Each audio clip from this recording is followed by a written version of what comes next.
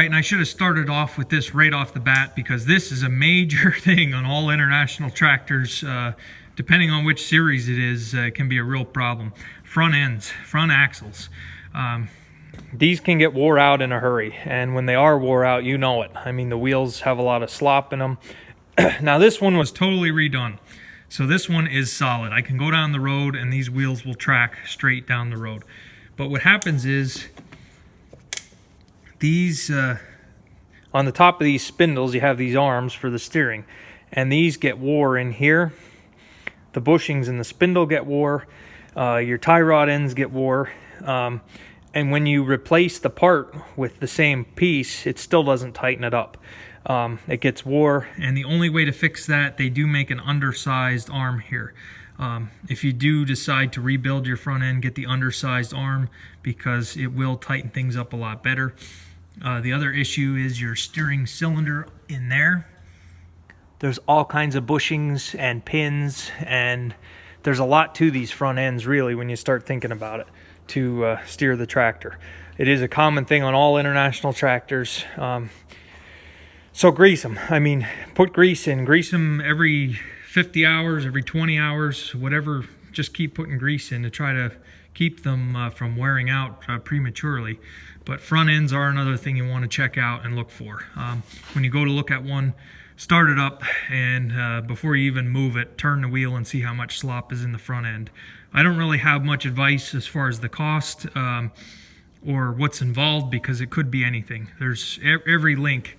You figure how many links it is to make the thing turn. It can get pretty expensive, I'll put it that way. So make sure your front end's in good shape if you do go to buy one. If not, see exactly which pieces are bad and go from there. So I'll move on to another thing. Now this is a common thing. Now this tractor does not have the update on it, but I'll show you. This is your clutch booster cylinder. When you push the clutch, this rod's gonna move up and down. It's like a hydraulic booster. Then it moves a rod here, and it flips this little flipper here, which goes down to your clutch control arm.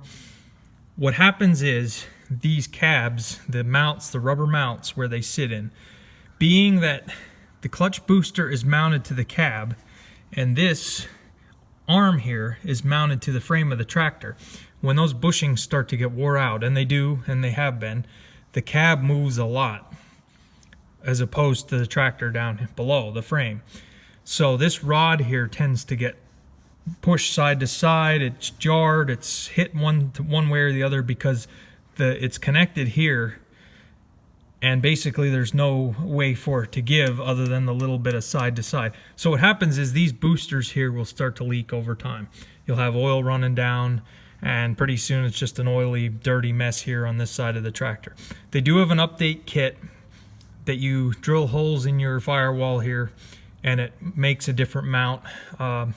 It's like an update. I have put them on already to address that problem. I don't remember what it costs, but it will keep this rod supported, and you won't have that flex and everything. This tractor doesn't have it on. It's not leaking, but I'm sure eventually it will. So that's another common thing to check out and to pay attention to.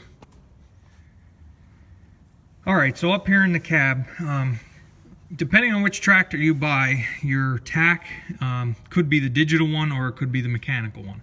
This one has the mechanical one, and I'm happy it does. The digital tack is nice. It's nice to have that readout. You get your miles per hour, you get your engine RPMs, PTO speed, all that information, and it's basically one sensor in your clutch inspection plate on the side that you set to get a reading. It's like a speed sensor. As it spins by, it gives this readout your numbers. These are very expensive, those digital ones, to replace if they don't work. You can't really get one used because most times if they're used, they don't work anyway, and they're very expensive to replace. So if you do look into getting one with the digital readout, just be prepared if something goes wrong. It will be expensive. I like the mechanical one. I don't really need to know my miles per hour for what I'm doing. This here shows the hours, 5934, 5,934. Tells me what the PTO speed is, and you can, depending on what gear you're in, it will tell you your miles per hour. So I do like that. This gauge cluster here, it couldn't be simpler. This is real nice. If you do have an issue with your gauges going bad, to replace this, you take 4 bolts out, you take this cover off, and these little gauges snap in and out. Very simple. They're not very expensive. Real good idea from International. That's a great thing that they did. One thing I will say, if you do go to buy one of these tractors, down there's a cover. That's where your main fuse panel is. Pull that door open and look and see what the wires look like, because problem number 4 or 5, whatever I'm on, wiring harnesses. And that's true for any tractor. That's not just International. These tractors are fairly old and wiring harnesses deteriorate over time. But what you want to check in there when you take that door open is your fuses are in there. They're the glass type vacuum fuses, or whatever you want to call them. Make sure they are not corroded or rotted out to the point where you can't use them. You can buy a new bus bar if you want to replace it, but in there, if you have electrical problems, that's kind of where all the wires are routed.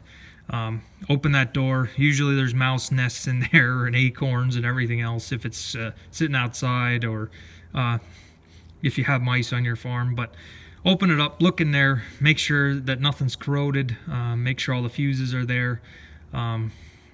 So that's that issue there. Alright, so I'll move on now. I could probably do a whole entire video about this here. This is one of the biggest complaints with the 86 series, and I understand it. I'm not going to condemn it or anything, is shifting these tractors. Shifting these tractors, it's not a 66 series. It's not the nice shifting over on the column. They didn't make it as simple as the 66 series. This is complicated. This gets wore. This turns into a mess if things get out of adjustment. Like I say, I could probably make a whole video on this. Basically, if you're looking to buy one, all I can tell you is just see how much play is in the levers. See how much slop is in the levers to kind of give you an idea how wore out it is. Go through the gears when you drive it. Now this one I have, this is tuned just about perfect. I can shift this up and down the road on the go. I don't have any problems, but it's a lot of fine tuning. It's a lot of adjusting. There's a lot to adjust, and every so often this throws a fit and you think you didn't do anything depending on what you're doing. So it is what it is. I could do a whole video on what to do or what to look out for. All I can tell you is see what's wore on it. There's linkages underneath the floor here that have little like a socket and a ball type of deal, like a tie rod end, your shifting levers or ends for your shifting. There's a park pawl down in the transmission. When you push in your clutch, it has a pad on it that engages into a gear that's supposed to slow down your transmission so you can shift it. That's the same in the 66 series. Also, make sure park works. If somebody slams this into park, that's one of the worst things you can do. If you're not stopped, if you're not completely stopped and you try to go into park, that is terrible for this tractor, because that park pawl in there, it's just like a hook with steel, and when you engage it into park, excuse me, that pawl is spring loaded and goes over center, and that engages into a gear in the transmission. I have seen so many of these tractors with teeth knocked off because people aren't stopping before they put it into park. So yeah, a couple things, just things to, as far as the operator, stop before you put it in the park, and don't use your TA as a downshift, especially on the road. It's not really what it was designed for, and that's a lot of the reason why these TAs are no good on these tractors. It's mainly operator. So, see what else I can get into here. Alright, so your power takeoff. International makes this so easy. It is so easy to rebuild one of these power takeoffs. If you're going to buy one that has a PTO problem, that the PTO slips, don't let it intimidate you. It's not major. You don't even have to drain the hydraulic oil out of these tractors to take this unit off, even though it's really low here on the housing. Find yourself a steep embankment, back up the embankment so that the tractor is going downhill, and you can take this power takeoff off the tractor, without draining your oil.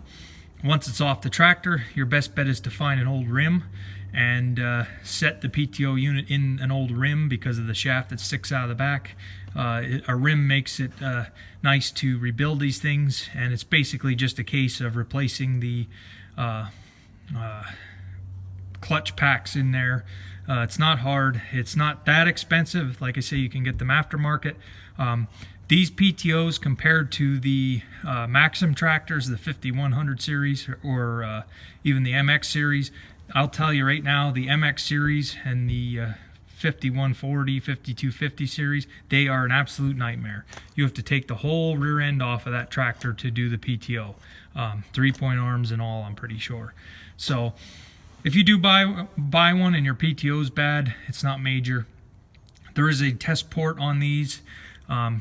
If you want to test your PTO pressure, that can be done also. You can put a gauge on to see what it's doing, to know if it needs to be rebuilt. Don't let it intimidate you. It's not major. So that's one of the positives. What else can I look at here?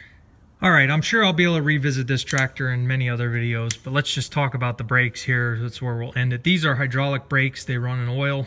They're wet brakes on the 86 series. And brakes on the 86 series are not always the best. There's a couple different things that can affect your brakes on these tractors, and they are sluggish. They're very sluggish. You push your pedals and it takes a while until you get good stopping power, depending on the tractor. So yeah, make sure the brakes are okay. Test them out.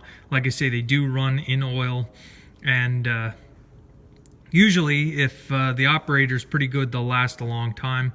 But one thing that will go wrong maybe is the O-rings inside might start leaking on the pistons. We've had brakes that jam on and won't release. And again, there's many factors there that can affect that. There's the equalizer up there. There's all kinds of different stuff. There's an orifice in there that might get blocked. So yeah, just watch out for the brakes. One last note here. What is nice that International did is you don't have one hydraulic pump to run everything. They were really thinking, they were really smart. They put 2 hydraulic pumps in these tractors, and basically to help alleviate a lot of the pressure on just one hydraulic pump. Under that cover there is the rear hydraulic pump, and I have to tell you, that one there rarely ever gets changed or needs to be changed. I haven't seen many that do need to be changed. That one's pretty solid. The one that's going to give you problems is the one up on the MCV valve. It just seems like that one doesn't stand or hold up to a lot of the abuse. And like I said, I have seen that gear fall completely off into the transmission. So if you have any type of hydraulic pressure problems, the place to start is that MCV valve. It's just a case of taking it apart, cleaning it, getting new O-rings on, getting seals put in, getting everything adjusted the way it has to be adjusted. There are different thicknesses of gaskets then when you put it back on the tractor. Those thicker or thinner gaskets act like shims, and they shim that hydraulic pump, how close or far away it meshes into the teeth in the transmission. So that's another thing that might affect the premature wear on it if it's not shimmed right. Just many different factors, but like I say, these tractors have been around for many years now, and one nice thing with International is they didn't change the design very much. Like I say, you figure a 706 is very similar to a 1586 as far as the systems on it. Like I say, there are differences, but those are some of the common things that I know of, guys. So I hope this helped. Hope you enjoyed this video. I apologize it was dark in the making of it, but like I say, it is early morning here and it is cloudy out. So if anybody has any questions, I can revisit this topic in the future. So thanks for watching.